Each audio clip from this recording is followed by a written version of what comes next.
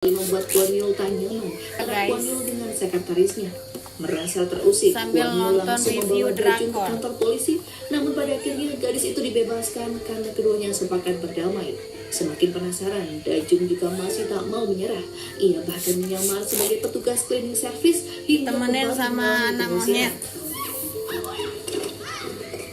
Suatu malam Dajung masih mencoba menyelidiki sekitar Kwon Yul, namun sialnya ia malah terpergok oleh kepala staf pengawas Perdana Menteri yang bernama In Ho. 请问你需要帮忙吗？ Saat akan pulang, Dajung tak sengaja melihat Manse, anak bungsu Kwon Yul yang tersesat dan sedang diganggu oleh seorang wartawan. Dajung mengusir wartawan tersebut dan segera mengantar Manse pulang, namun ia justru dituduh sebagai penculik Manse.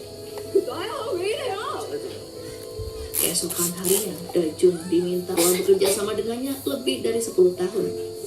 Di tengah-tengah pertanyaan, Kwon Yul sedikit tertegun lantaran Dajung menyebutnya sebagai ayah yang kurang akrab dengan anak-anaknya karena terlalu sibuk. Pertanyaan Dajung sempat membuat Kwon Yul bersedih, terlebih saat gadis itu memberitahu bahwa Dajung terlibat skandal dengan sang calon menteri. Ternyata fotonya bersama Kwon Yul di malam itu tersebar sedang memadu kasih. Karena skandalnya, Kwon Yul berpotensi disingkirkan dari kandidat terkuat calon Perdana Menteri. Para netizen pun beramai-ramai menuliskan ujaran kebencian Kim Byung-hun yang sebenarnya Dajung kenal. Di ruangan kantornya, sekretaris Ye Ju pun dibuat panik dengan berita tersebut. Ia menduga jika dalang di balik berita itu adalah Menteri Park Jun-ki yang tak lain adalah kakak ipar Kwon Yul yang juga ingin menjatuhkannya. Demi mengklarifikasi berita yang terus menyudutkannya, Dajung mencoba mendatangi kantor Kwon Yul. Ia pun mengendap-endap demi Ini bisa penyemangat. menghindari kecurigaan orang.